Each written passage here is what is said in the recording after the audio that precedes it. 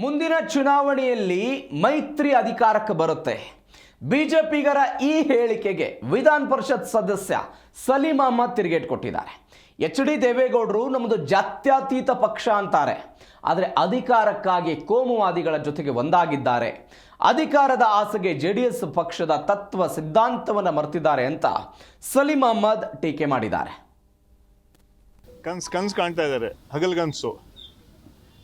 ದೇವೇಗೌಡರು ಜಾತ್ಯತೀತ ಪಕ್ಷ ಅಂತ ಇಟ್ಕೊಂಡಿದ್ದಾರೆ. ಎಲ್ಲಿದೆ ಜಾತ್ಯತೀತ? JDS ಅಲ್ಲಿ ಎಲ್ಲಿ ಉಳಿದಿದೆ ಜಾತ್ಯತೀತ? ಅವರು ಕೋಮುವಾದಿ ಶಕ್ತಿಗಳು ಸೇರಿ ಇವತ್ತು ಅಧಿಕಾರಕ್ಕೋಸ್ಕರ, ಕೇವಲ ಅಧಿಕಾರ ಆಸೆಗೋಸ್ಕರ ನಮ್ಮ ಸಿದ್ಧಾಂತಗಳನ್ನು ಬಿಟ್ಟು BJP ಸೇರಿ ನಾವು ಸರ್ಕಾರ ಮಾಡ್ತೀವಿ ಅಂತ. ಅಲ್ಲ, ನಿಮ್ಮ ಕೈಲಿ ಶಕ್ತಿ ಇಲ್ವಾ? ಜನ ನಿಮಗೆ ತಿರಸ್ಕಾರ ಮಾಡಿದಾರ? ಯಾವ ಒಂದು ಸಲ ಸರ್ಕಾರ ಕೂಡ ಮಾಡಿದ್ರು, ಆದರೆ ಅದನ್ನು ಬಿಟ್ಟು ಇವತ್ತು BJP ಸೇರಿಬಿಟ್ಟು ನಾವು ಮಾಡ್ತೀವಿ ಅಂತ ಹೇಳ್ತಾರೆ. ಅದರ ಅರ್ಥ ಆಗುತ್ತೆ JDS BJP ಎಷ್ಟು ವೀಕ್ ಆಗಿದೆ ಅಂತ. ಜನ ನಮಗೆ 140 ಸೀಟ್ ಕೊಟ್ಟು ಆಶೀರ್ವಾದ ಮಾಡಿದ್ದಾರೆ. ನೋಡಿದಂತೆ ನಡೆದಿದ್ದೀವಿ. ಸರ್ವರಿಗೂ ಸಮಪಾಲು ನಮ್ಮ ಸಂಕಲ್ಪ.